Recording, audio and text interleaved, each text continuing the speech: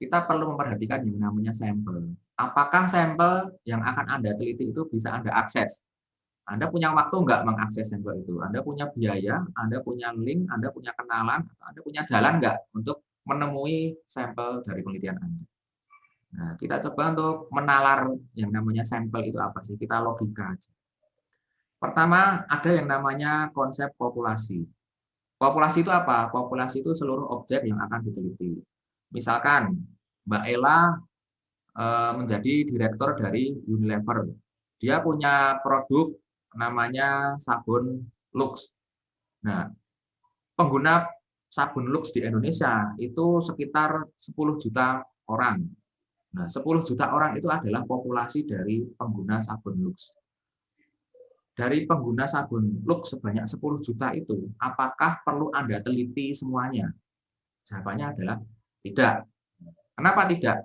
Bukankah lebih baik kalau kita bisa mengetahui semua pemikiran dari konsumen sabun Lux itu? Ya, bisa jadi seperti itu. Tapi Anda lihat keterbatasan apa yang Anda miliki saat ini. Bisa nggak Anda mengakses semuanya dengan sumber daya yang Anda miliki? Dengan waktu, tenaga, biaya yang Anda miliki, dan nantinya akan Anda keluarkan untuk memperoleh informasi terkait dengan apa yang menjadi maksud, pikiran, tujuan, harapan, motivasi, dan sebagainya dari 10 juta pengguna sabun Lux itu tadi. Tentunya Mbak Ela tidak bisa.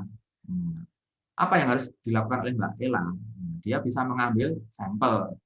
Sampel itu apa sih? Bagian dari populasi dan dianggap sebagai perwakilan dari populasi. Tidak harus ambil 10 juta tadi.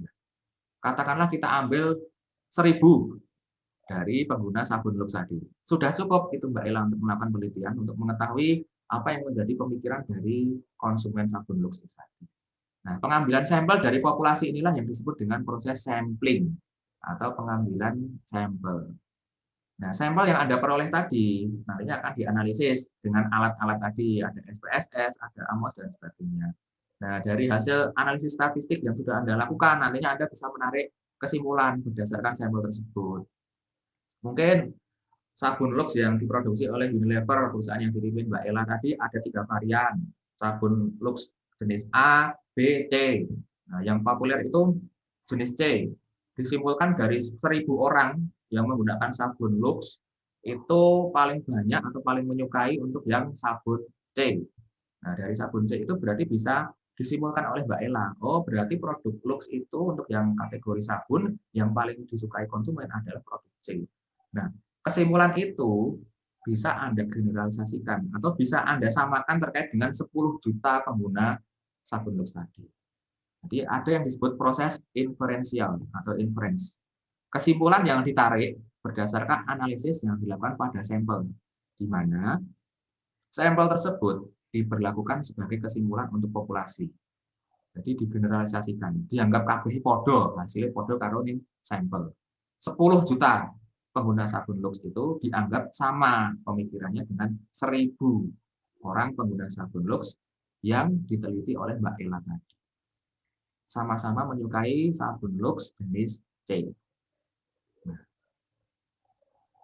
contoh sampel yang bisa Anda akses. 1, mahasiswa. Nah, Anda sama-sama mahasiswa, Anda meneliti misalkan sepeda motor Honda, mahasiswa Unived banyak yang pakai, mahasiswa kampus lain banyak yang pakai. Anda meneliti handphone apa ya? Kebanyakan di teman-teman kalian itu pakai HP merek apa sih?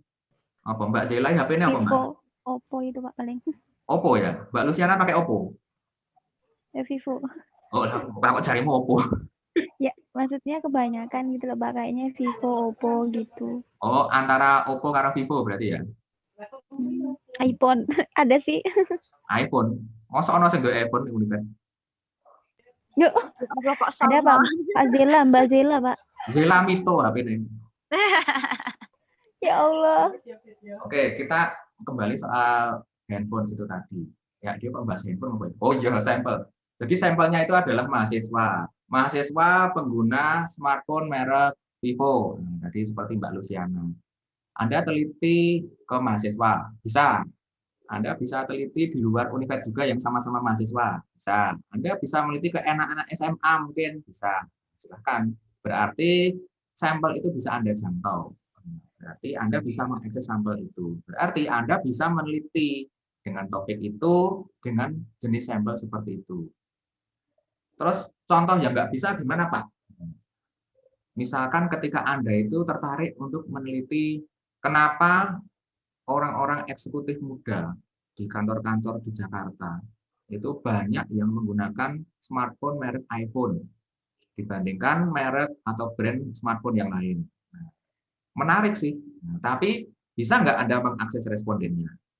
Anda tinggal di Sukoharjo, Anda pengen mencari sampel di Jakarta, padahal Anda nggak punya relasi di sana, Anda nggak bisa nyebar via online karena Anda nggak punya kontaknya mungkin. Nah, menurut Mbak Ella, Anda bisa mengakses responden itu nggak? Iya, Pak. Mbak Ella bisa nggak mengakses responden yang ada di Jakarta dan itu terdiri dari orang-orang eksekutif, misalkan ada manajer, ada direktur, ada CEO. Bisa, Pak. Tapi kalau saya sendiri pasti itu terhalang apa itu namanya?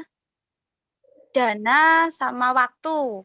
Nah, oke, terima kasih Mbak Ella. Berarti Mbak Ella sadar keterbatasan dari penelitian yang akan dia lakukan. Berarti Iya. Anda tidak bisa melanjutkan untuk meneliti topik tersebut. Karena ada dana, ada waktu tadi.